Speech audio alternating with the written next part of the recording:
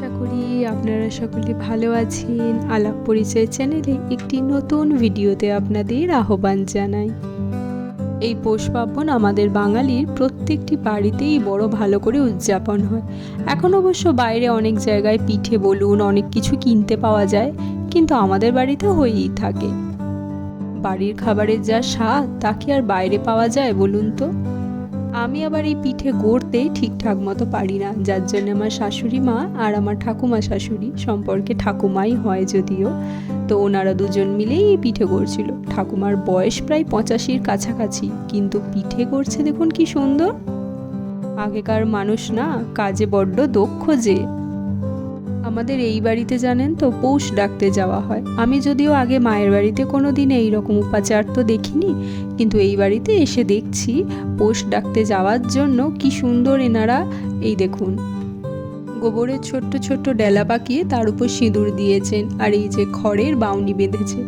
এগুলো ঠাকুরের কাছে গিয়ে বিভিন্ন ঠাকুর স্থানে, মানে আপনাদের যদি বাড়িতে কোনো প্রতিষ্ঠা করা ঠাকুর থাকে, প্লাস বাড়ির বিভিন্ন জায়গায় গিয়ে গিয়ে পৌষ ডাকা হয়। আর এর সাথে একটি খুব ভালো ছড়াও আছে, যেটি শোনাবো আপনাদের।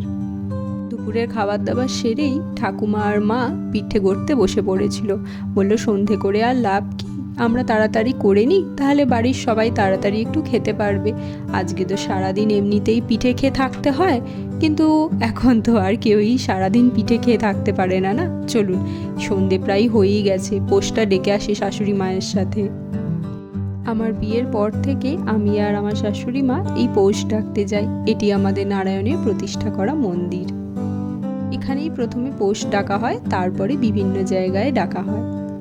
তবে এই পৌষ সংক্রান্তি বা মকর সংক্রান্তি শুধু আমাদের রাজ্যে নয়, ভারতবর্ষের বিভিন্ন রাজ্যে বিভিন্ন নামে পরিচিত, জানেন তো? আমাদের এখানে তো মানে পশ্চিমবঙ্গে আমরা মকর সংক্রান্তি বা পৌষ সংক্রান্তি এই নামেই শুনেছি। তবে এই উৎসবের আরও নাম আছে, মাঘ বিহু, উত্তরায়ণ, তারপর লোহড়ি, পোঙ্গল, মাকারা সংক্রমণ, এরকম আরও কত জায়গায় কত কি নাম আছে, তা হয়তো আমরা জানিই না। তবে এই উৎসব মোটামুটি ভারতের প্রায় সব জায়গাতেই প্রচলিত। আমাদের বাড়িতে আজকে যদিও ওই দুধ পিঠে আর সেদ্ধ পিঠে এই দুটোই করা হয়েছিল, কারণ একসাথে তো অনেক কিছু করলে খাওয়া হয়ে ওঠে না। তবে অনেকের বাড়িতে এই সরু চাকলি, ভাজা পিঠে, আশকে এই সমস্ত কিছু হয়ে থাকে। চলুন, মা এখানে শাঁখটা বাজিয়ে নিলেই আবার অন্য জায়গায় পৌষ ডাকতে যাব।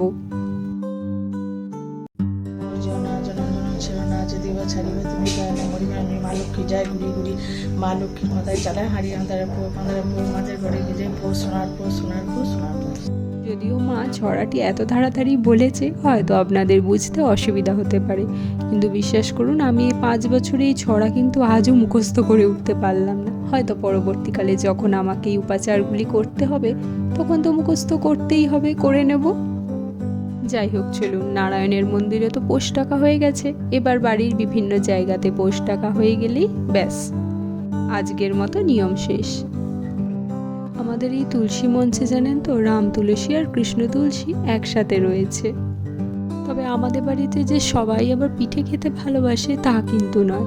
আমার কর্তামশাই আর আমার শ্বশুরমশাই কিন্তু রাতে অন্য খাবারই খাবে বলে বলে দিয়েছে। অনেকে আবার এই মকর সংক্রান্তিতে পিকনিকও করতে যায়। চারিদিকে তো পৌষ ডাকা হয়ে গেছে, এবার একটু সন্ধেবেলাতে চা কফি কিছু একটা খাই, না হলে হবে না। ঠান্ডাটাও যে বড্ড পড়েছে না, প্রথমে ভেবেছিলাম চাই খাবো, কিন্তু তারপরে ভাবলাম না একটু কফিই খাই তাহলে। তা একদম কর্তামশাই এলে একসাথে বসে পিঠে খাবো।